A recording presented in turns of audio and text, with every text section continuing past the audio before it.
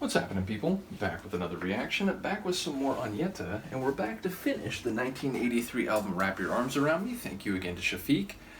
And the last track on the record is Stand By My Side, which seems to hit on a number of the same themes as the album title overall, in that both refer to a warm affection for another person, a desire to be close to them, to feel them with you, and ultimately a physical proximity specifically. So it does seem like the last track on the record brings everything back around, conceptually speaking.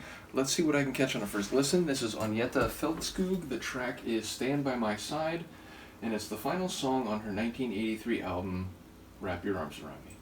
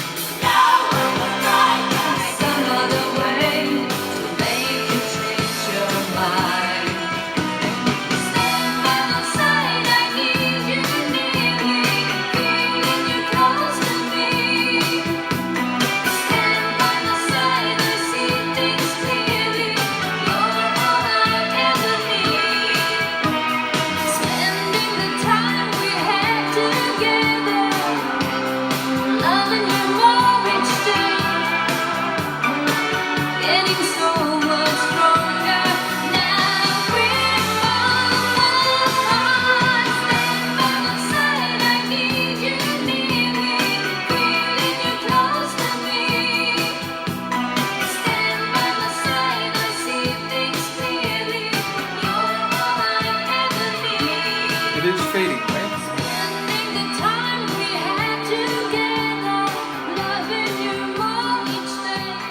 That's a slow fade, which people will know. I'd rather have that than a drop off of a cliff.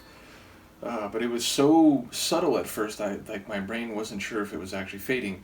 So yeah, I like that one a lot. In particular, I like the instrumental elements, or the sonic parts, if you will. I liked especially, and indeed, to explain this, I have to mention that it wasn't just one of those songs where it has a verse sonic arrangement and then a chorus sonic arrangement. There was clearly a pre-chorus and then the proper chorus and then back into the verses. It had like a three-part structure, it felt.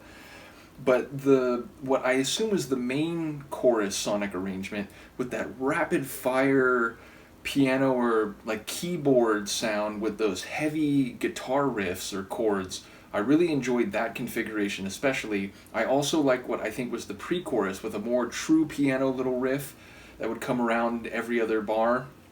And the verse structure was nice as well. So sonically, I thought it was a really great tune, and I think it was the pre-chorus where Agnetha's vocals would really kind of ramp up in power and intensity. The emotional character of its delivery really stood out in those sections, but she sounded great throughout the track. And it's funny, when it started, I was going to say aloud and I wanted to see how it played out, so I didn't mention it at the moment. But I was going to say that it has a bit of a melancholy feel to it. And as it went along, I thought at first, he's gone. I thought he had actually left. And she's talking about how she wishes he would come back, and memories of him were still reverberating in her head. And then it was talking more in the present tense about enjoying the time they have. And then I realized she's saying, what can I say to convince you to keep you here? So it feels like she thinks the person has one foot out the door and is maybe beginning to get over the relationship or want to end it, and she's trying to find a way to hang on to him, to have her stand by his side and not walk away.